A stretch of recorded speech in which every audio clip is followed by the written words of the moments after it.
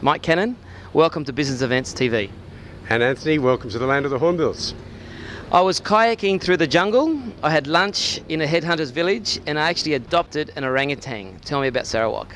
Sarawak is one of the most authentic, unique destinations I've been to in my life. After Africa, after Australia, after Papua New Guinea, Argentina, this place is one of the most authentic.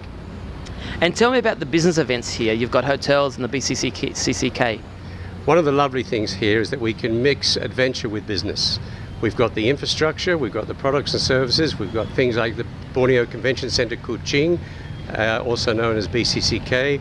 We've got 5-star hotels, we've got 4-star hotels, 3-star hotels. And it's not just about Kuching, it's the whole of Sarawak, which is what we promote. You've got places like Miri with beach resorts.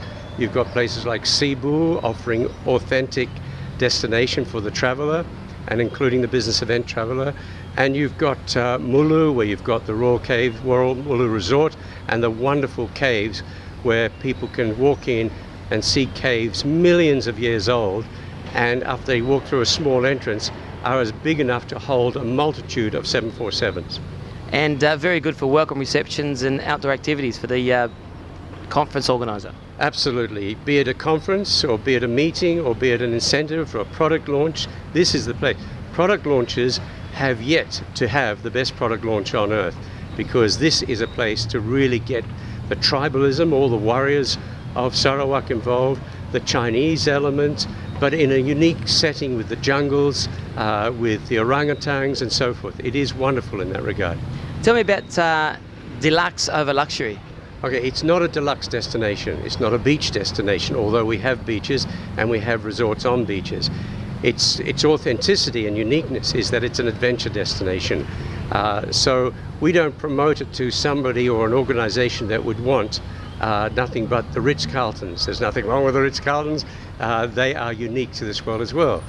But this is a genuine destination that looks at the traveller.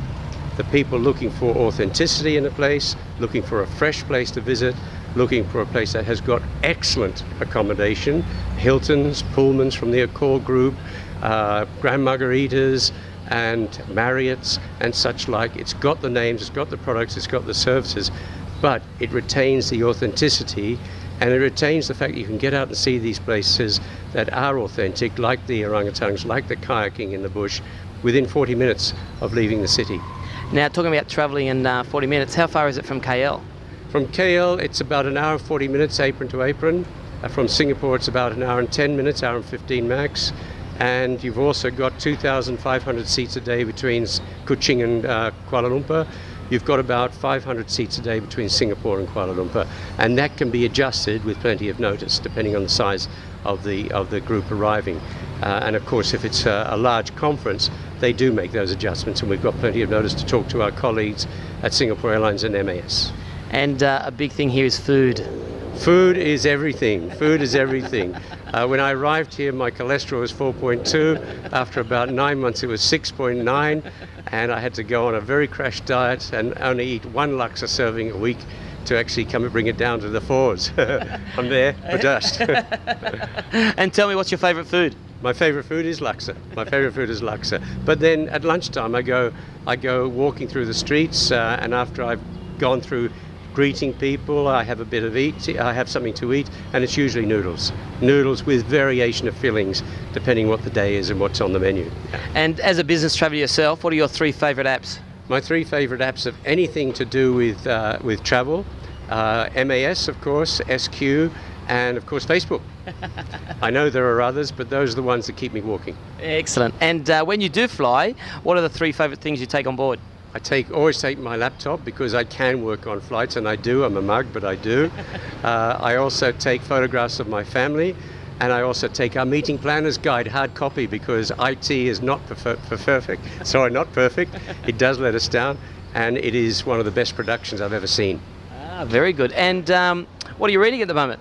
I'm reading The Zealot, about Jesus of Nazareth, because he was a bit of a rascal, and I like talking about strategists and leaders that were rascals, because they're brave people and they get things done. I thought you just liked rascals. I do like rascals as well, but in particular I like history. I like history, and anything to do with history and leaders gets me sucked in. Mike Cannon, thank you very much for your time. Thank you, Anthony. Thanks for visiting the land of the Hornbills.